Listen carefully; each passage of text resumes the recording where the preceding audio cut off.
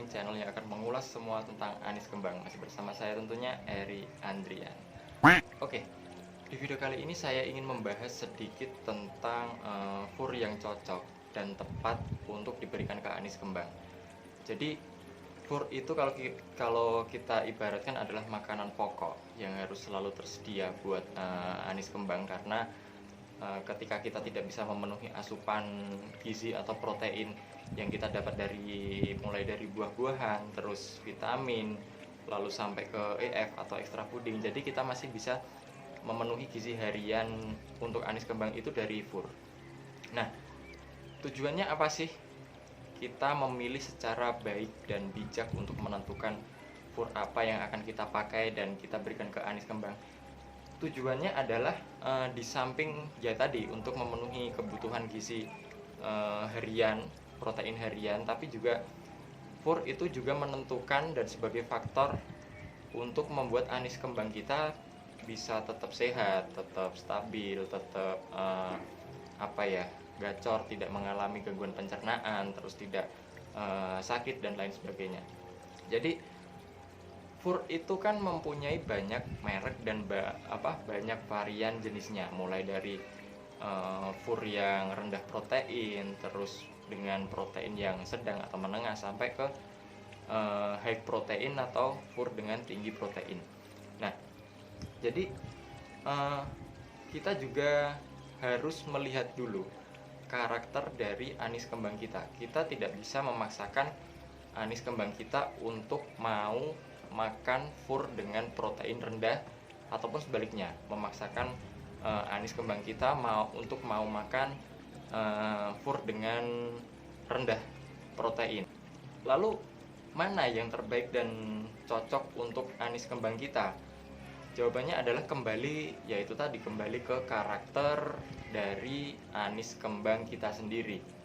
Contoh, pas kita kumpul dengan teman-teman pecinta anis kembang lainnya, lalu kita tahu dan melihat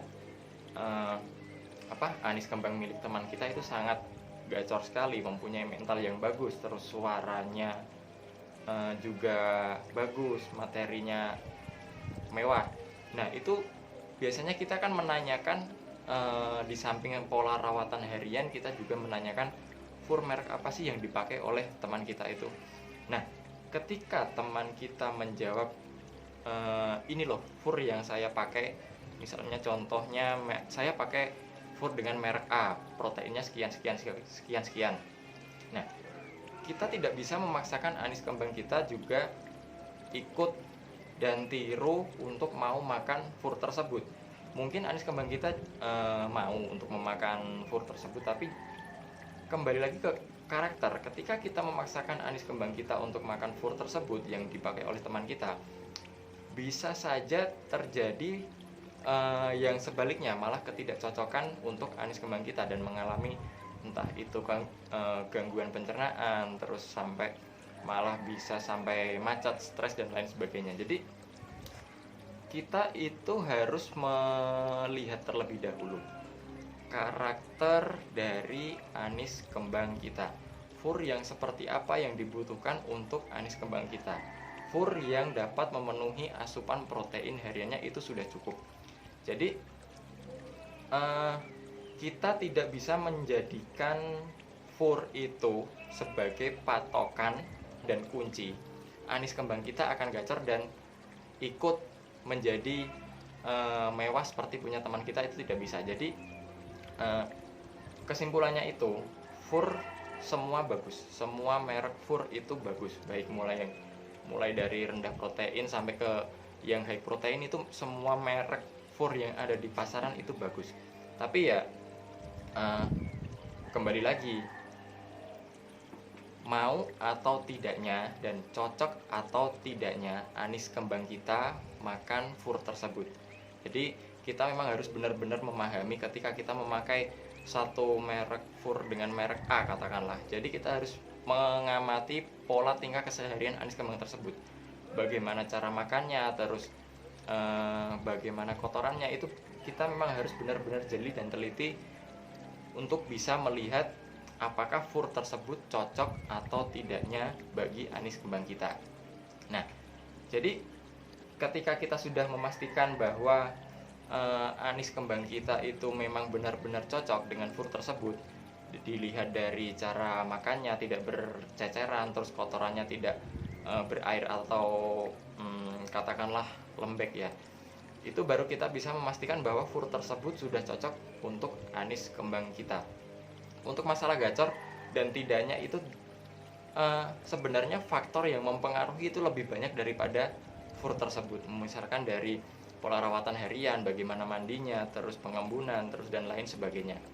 Jadi setelah kita menentukan cocok atau tidaknya, kita baru bisa memakai fur tersebut secara bertahap dan digunakan untuk pakan harian anis kembang. Nah, tetapi kalau kita melihat dan mengamati anis kembang kita ketika makan itu makannya berserakan atau berceceran, terus kotorannya berair, lembek dan sebagainya, itu baru kita ganti furnya secara bertahap. Tapi untuk mengganti fur itu juga kita harus memang benar-benar melihat kondisi sebelumnya.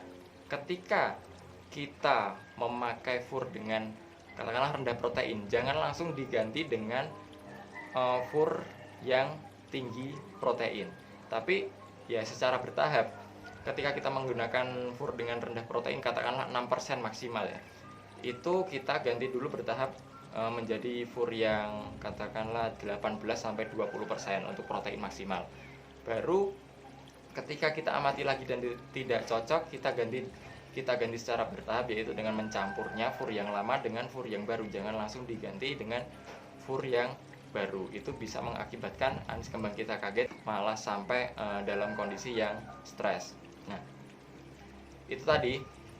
Jadi itu tadi kesimpulannya ya. Kita lihat dulu dan amati bagaimana karakter anis kembang kita. Jangan kita memvonis baru pakai fur 1 hari kita sudah memvonis, wah kayaknya nggak cocok ini untuk anis kembang saya, terus ganti lagi.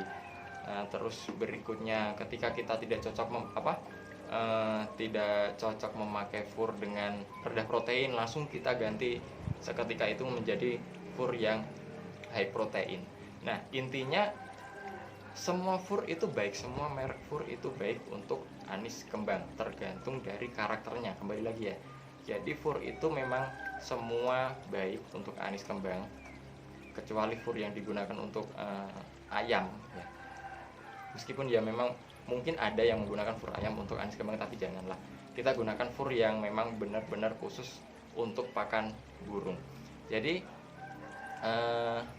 untuk pemilihan fur, itulah kenapa kita harus menentukannya secara benar-benar baik dan bijak. Oke, itu dulu. Teman-teman bisa praktekkan di rumah. Kalau teman-teman lihat anis kembangnya kayaknya makan furnya itu nggak lahap, terus berceceran di bawah, teman-teman bisa ganti, tapi jangan langsung menggantinya secara seketika itu. Teman-teman bisa menggantinya secara bertahap. Baik, cukup sekian video kali ini. Saya Eri Andrian pamit. Kita ketemu lagi di video selanjutnya tentang perawatan anis kembang lainnya. Wassalamualaikum warahmatullahi wabarakatuh.